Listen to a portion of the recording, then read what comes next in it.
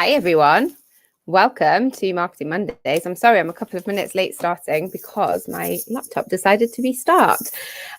So welcome to our session today. Hope you've all had a good weekend and you're feeling excited for the week ahead. I've got a weird little internet signal icon that isn't normally on StreamYard. So hopefully you can all hear me okay. Do let me know in the comments if you can. We've got a few people on now. It's just gone up really quickly. So great to have you here. We are going to be talking about all things product descriptions in this session. So first things first, I would love for you to share your business in the comments. So lots of us who are watching this are going to have product-based businesses. And I thought it would be a really nice thing for us to share in the comments, maybe what we do and a link to our website or a link to our social media channels. So do feel free to share your business in the comments, and then if you've got any questions about product descriptions, then pop them into the comments as well, and I will tackle those. So happy Monday, everyone. Really excited to be with you for this one. I love talking about product descriptions. So I'm a bit of a nerd when it comes to all things marketing copy in general, but it is always enjoyable when we can dive into the concept of writing for SEO. So hopefully you find this super helpful over the next half an hour or so while we get stuck into these. So I've got my slides here that I'm just going to get ready while you guys are all in the comments, and then we will get started with the screen share. So Hannah's here from Yours Faithfully, Hannah Kirk. Hannah is an artist. Great to have you here as well. Louise Fortune is here from Penny Lou UK, a dog boutique. Amazing. Love that. Currently auditing all my products for SEO, so excited for this session. Love to hear that. Sarah Jane makes Japanese vintage kimonos into new ready-to-wear women's wear. Amazing. Great to see you here, Sarah Jane, because I think you're not in a UK time zone, right? We had a conversation on Instagram earlier, I think. Laura is here as an abstract painter. Roisin is here from Holden Leather Goods. Great to see you here as well, Roisin. Sharon makes art dolls, creatures from cloth and clay. I actually have one of Sharon's amazing pieces on my mantelpiece. It is my pride and joy. I love it.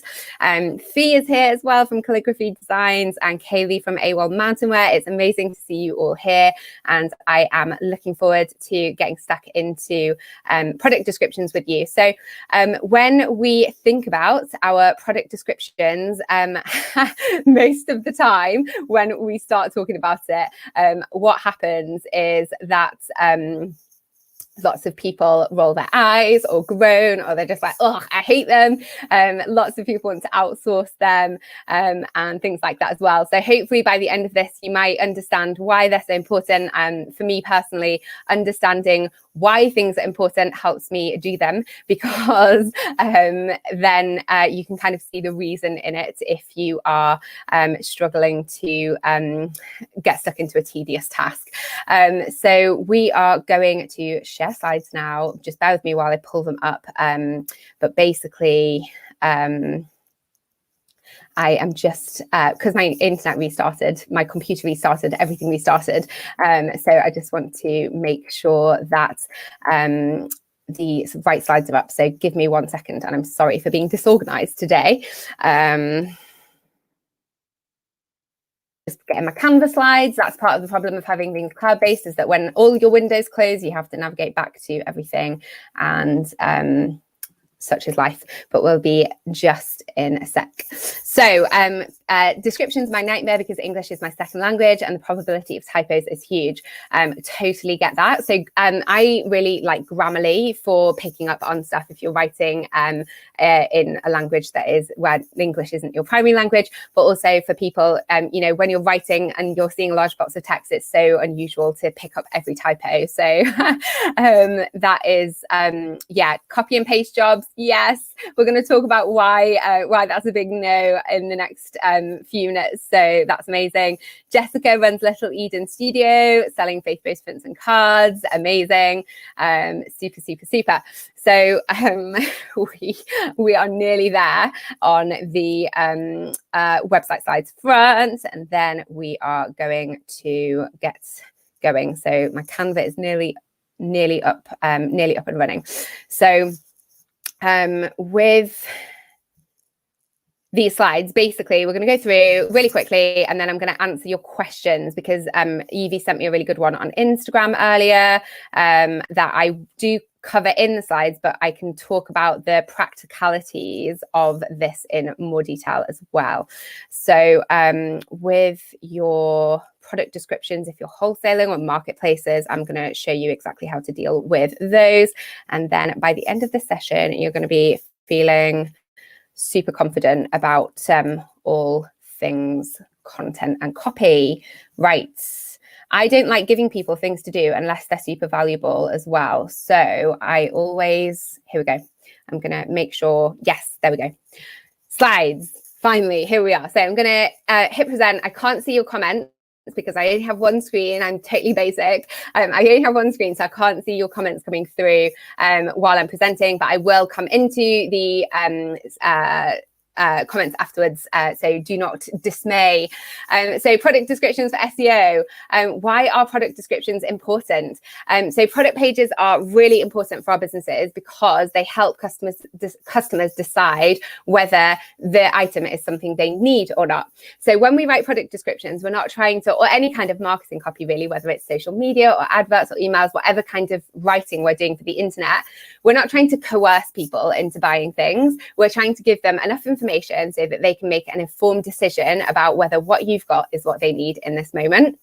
And so often when you're seeing, you know, in the business space, you see Facebook ads and, you know, sales pages and all these different things where it's like, oh, you know, here's your problem now. Here's the solution. This is why you need to work with me. And a lot of that has things like neuro-linguistic programming behind it, where people are, you know, using specific sales formulas to try and bring you on this psychological journey in a way that can feel a little bit sleazy. We're not trying to do that with our product descriptions. We're not trying to do that with our marketing copy. We're simply saying, here is what I have to offer. This is why I think you'll like it. Here's who it's for. And we're helping people make a decision about whether this is right for them or not. So when we are creating our product pages, even though it feels like a huge chore that maybe we can't be bothered to do, and it's like, oh, you know, launch a new product. Oh, right. It's on Etsy, it's on my website. It can feel like something to check off the to-do list, but it's actually a really, really important part of how we build out and launch our products. And so an easy way of looking at our product pages is actually as visual merchandising rather than as a chore that we need to finish. So if you were going to sell your products in a shop, and maybe you wholesale or you do sale or return or somewhere in these physical shops, if you went to visit and they just had your stuff like piled in a big heap in a corner, you would be really annoyed. You'd be like, you're not putting my stuff out in a way that is going to attract customers to see it. So, you know, we understand that in physical locations, we need to have visual merchandising to bring people into our shops, to help them browse, to help them decide whether to buy, to make sure it's shown off in good light. If it's in a dark, dusty corner with no display, then it's going to really put people off. And so I think a lot of the challenge for people when they're doing the digital version of these tasks is that we haven't like connected the dots with what is a product page in the internet space. And a product page in the internet space is the equivalent of a beautiful display in a bricks and mortar store. And so as it's the same as like with SEO, SEO is the equivalent of vacuuming up your dust bunnies in a physical store. And so when we understand how these digital things fit in with concepts that might be really familiar to us because we've spent a lot of time on the high street before we've started our own online businesses, then it can make it much easier for us to do it with excitement and enthusiasm because we understand where it fits into the journey instead of it just feeling like yet another page on our websites. So if we have poor product pages, then it can create a barrier to purchase with your website visitors. So there's numerous ways in which this happens. So if you have poor photography, then it forces your customers to use their imagination and be optimistic, which if you've done any customer service, you will know is a real still hiding to nothing. And the Small Biz Memes Instagram account is a really great example of that. So if we have poor product photography, what we're assuming is that when people come to our product page, they are going to be able to imagine what it would look like in their house or in the setting that it's designed for. And we're also assuming that they're going to be optimistic that it looks better in real life than it does in the photograph as well. And so if we assume imagination or optimism on the part of our customers, we're going to end up missing out on a whole lot of people. An example of this is on my marketplace, Cheerfully Given, we had a seller who had this product on the site for 6 weeks. And then Holly Booth, who is one of my very dear friends, did a day of photography with us, and she created these beautiful images. They weren't like lifestyle, you know, there weren't people in. It was a picture of a print. So it wasn't like we'd done, you know, hide a space or anything. It was fairly straightforward in terms of the actual setup. But within 24 hours of updating that product image, the seller had sold 3 of that product where she hadn't sold any for the 6 weeks before. So as soon as we have a product page that has got beautiful imagery on it, we are removing a barrier to purchase for a lot of people. The second thing is if we have poor layout or poor quality information, then this can create trust issues with people. So if the content on our product description is laid out in a way that isn't readable, or it's not comprehensive, or our website maybe doesn't look the best and is hard to navigate as well, and the layout of the pages doesn't look great, these things can cause people to feel a bit suspicious, like, oh, is this legit? Is this a real place? Like, I'm not seeing the information I need. Is this okay? And so if we don't have, you know, it might be that people actually don't read shipping policies and things like that. But the fact that they're on our website builds trust. And so the information is accessible if people do want to see it. But as soon as those things are missing, it can create an issue for people when it comes to, you know, trusting your site and trusting your business enough to complete the checkout purchase and actually give you their money.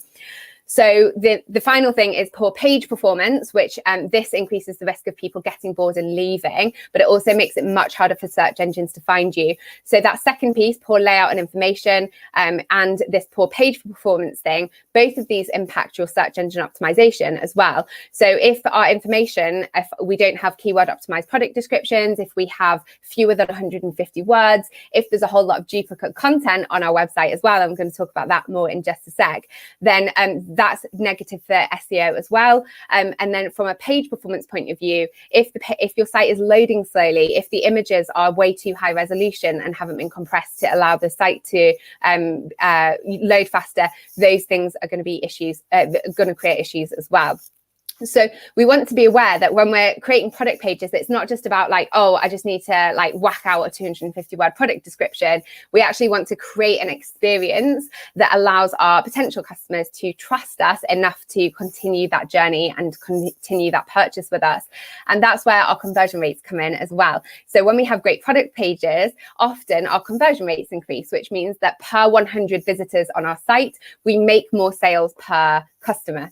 So instead of having a 1% conversion rate, which is where you're making 1 sale per 100 visitors, you can actually optimize your website to the point where you're getting 3% conversion rate, which is 3 sales per 100 visitors.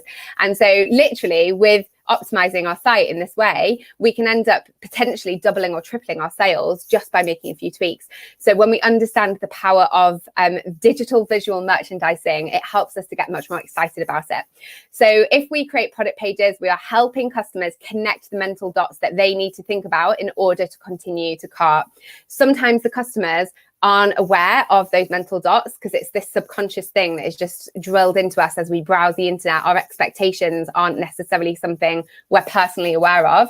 But we as business owners want to connect those dots and help people keep moving forward and trust us enough to make that purchase. So that brings us on to duplicate content.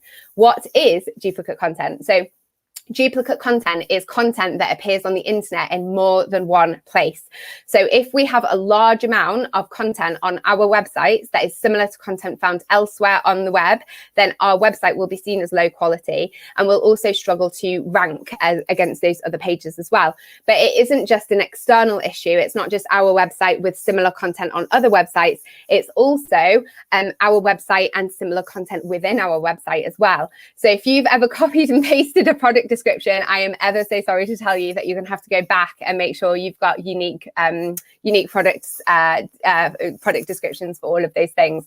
So with our duplicate content, obviously you might be thinking, but I sell on Etsy and not on High Street and Cheerfully Given and So to Shop and all these different marketplaces. Plus I've got wholesalers who sell my products on their website and they've copied and pasted my website content. What am I going to do about it? So I'm going to show you in a minute visually what that looks like. If you only sell on a marketplace, you don't need to worry about this at all. This really is the biggest concern is for your own website, right? So if you've got a Shopify store and you've got all your products listed on your Shopify store, and then you've also listed them on marketplaces and you've copied and pasted those descriptions across, what happens is that Google will not rank similar pages. So if Google sees 2 pages with similar content, it will choose one to rank and the other one will miss out. And because marketplaces often have higher domain authority, which is again feeding back into SEO, they will typically outrank you on the product page side of things. So when we're building out our content, it's fine for us to have duplicate content on all of our marketplaces as long as the content on our website is unique. So I'm not saying to you that you need to create unique product descriptions for every single part of your business, like every single marketplace. Not at all. You've got better things to do with your time, so don't worry. So what happens then if we have duplicate content on the internet? So as I mentioned, Google won't rank similar pages. And if your page is duplicated on another website with higher domain authority, then your product page will miss out on your website. So this means that our website needs to have unique content, even if our marketplaces and wholesalers all use the same product descriptions. So I got overexcited there and I told you all of that before I even got to the slide, but you've got it in front of you now as well. So if we look at this visually, because I love seeing things visually, it helps me understand a bit more. So I always like to try and include something visual if I can. So we have our website, right? We've got 5 products on our website and each one of them has got unique, a unique product description. Then on our marketplace and wholesalers, we have got the same product description. So what we end up with is 2 different versions of the product description. One that is unique to our own site and the other that is on our marketplaces and our wholesalers. So maybe you sell on 3 different marketplaces and you've got 2 people or 3 people who are wholesaling your products and selling them online as well. Then you can provide the wholesalers with the same description as is on your marketplace if you want to. So the content on your website needs to be unique from anything else on the web. How do you stop people from copy and pasting your website content if they've wholesaled your products? So really, this is just like a hard answer, but you basically just have to tell them they can't, which is not the thing that people want to hear because it sounds really confrontational. But actually, we want you to say, like, you cannot copy and paste from my website, because it's not only harmful to your website, it's also harmful to their website as well, because Google will detect that there's duplicate content going on there as well, so it's harmful for their business as well. But if you wanted to make it less awkward, then you could create an information pack for them with links to the product descriptions that you use on your marketplaces and include copies for them to use, but just make it really clear that your website is not to be copied and pasted from. Wholesalers buy your physical products to sell. They do not buy the marketing materials to sell them. And that is the important thing that we need to understand if we're wholesaling. Like, it is not okay for people to just come and copy and paste your intellectual property from your website just because they've wholesaled some products from you. That's not part of the agreement. They don't get access to the product descriptions just because they're wholesaling those products.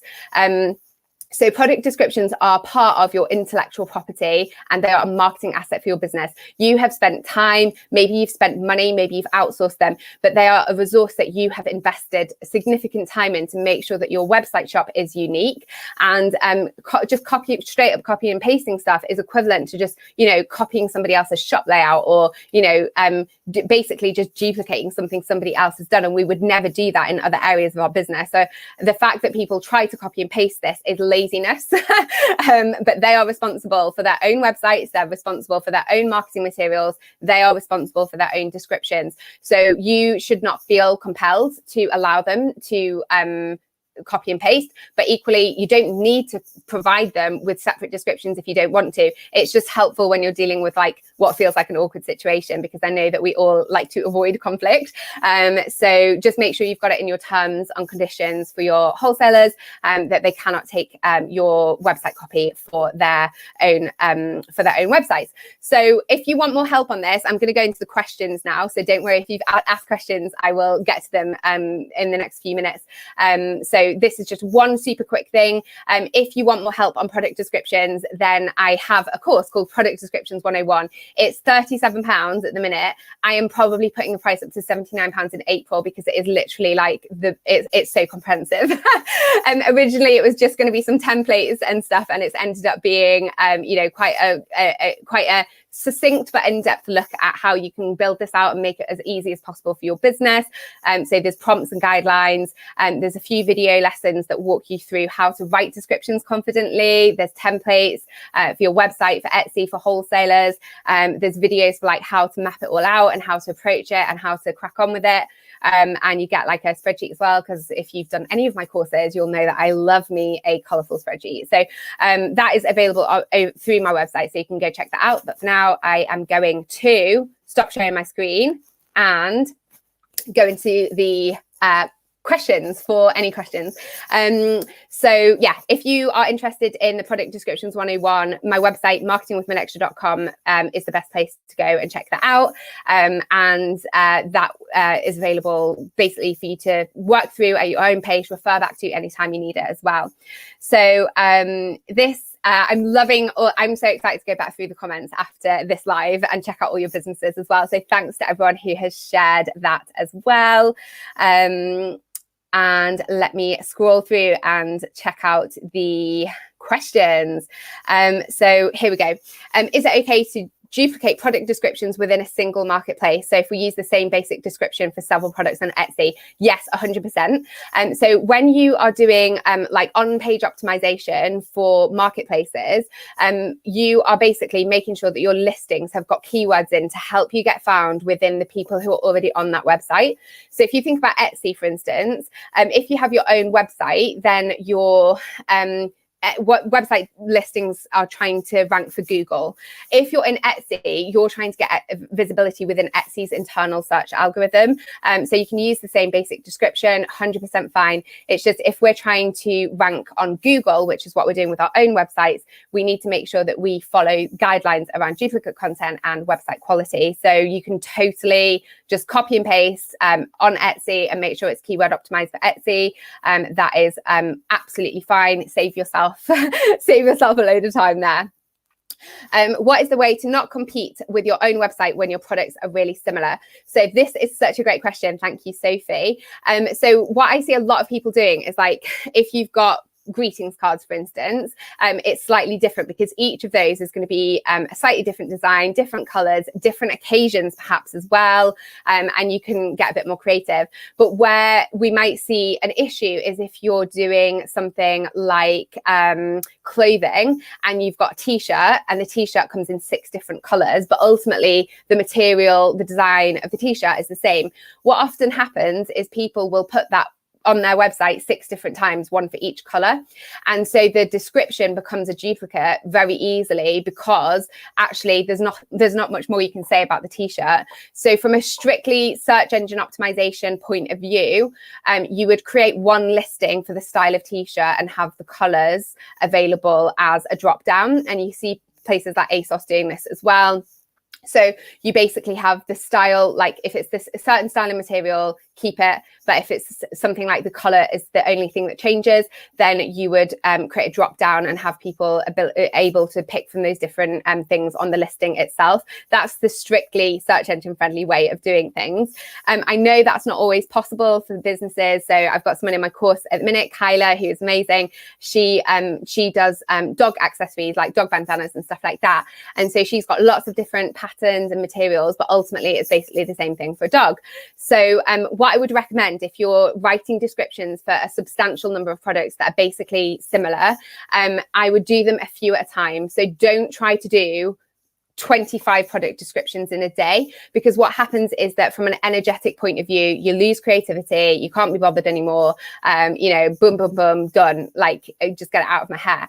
So instead, make a plan and tackle, 5 a week or 1 a day or something like that, but commit to something that is manageable, that allows you to show up writing the description with creative energy without it feeling like it's going to make your brain explode if you have to write one more word on something that you've already written 20 descriptions for. So I used to write product descriptions and do a lot of copy that's like search engine copy for agencies, and I would quite often find myself where I had to write 100 descriptions for bars of soap, for instance, or 100 descriptions for things that were very substantially the same.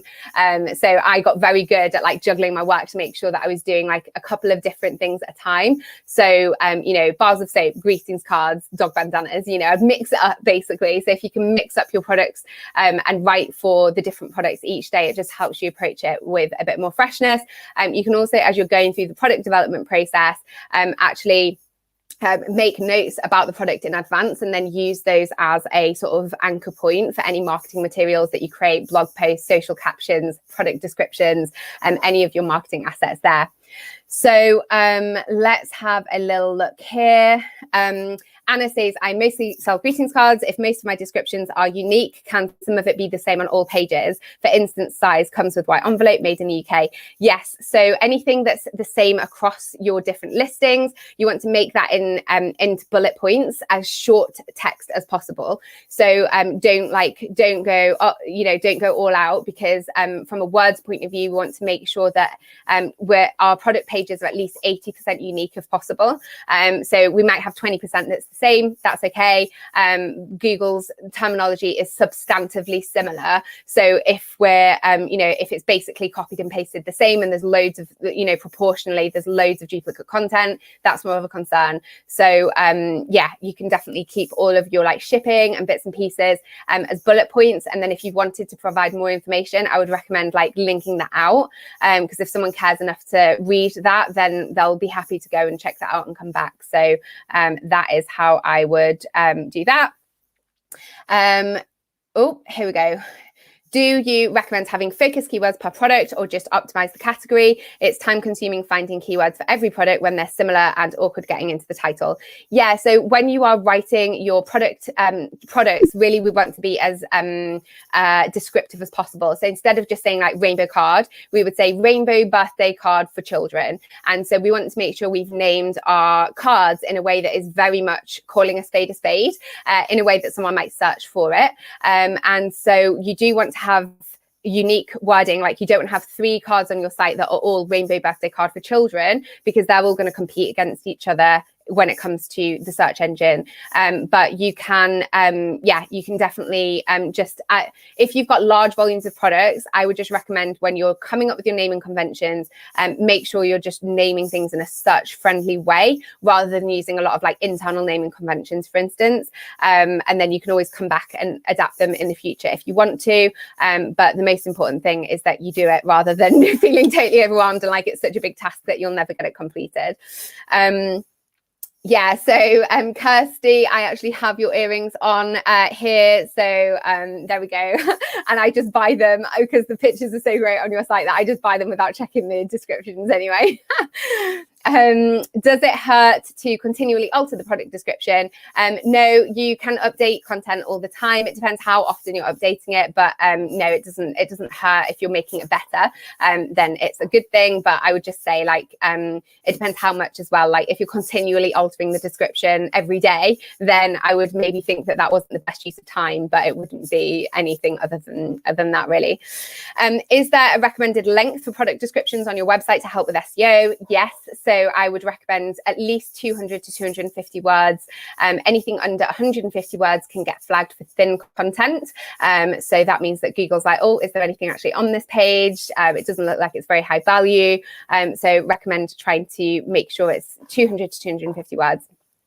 What about legal text like this item is for decorative purposes only, please keep out of the reach of children? Again, you can include that, no problem, as long as you've got the unique contact content above it as well.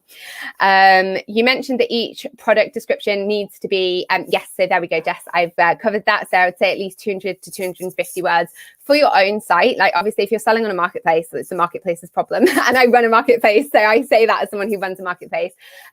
Obviously your sales from that marketplace are going to be significantly higher if your description is good quality. But what we're saying is, like, if you've got to prioritize something, put the basics on your marketplaces and prioritize your own website to begin with.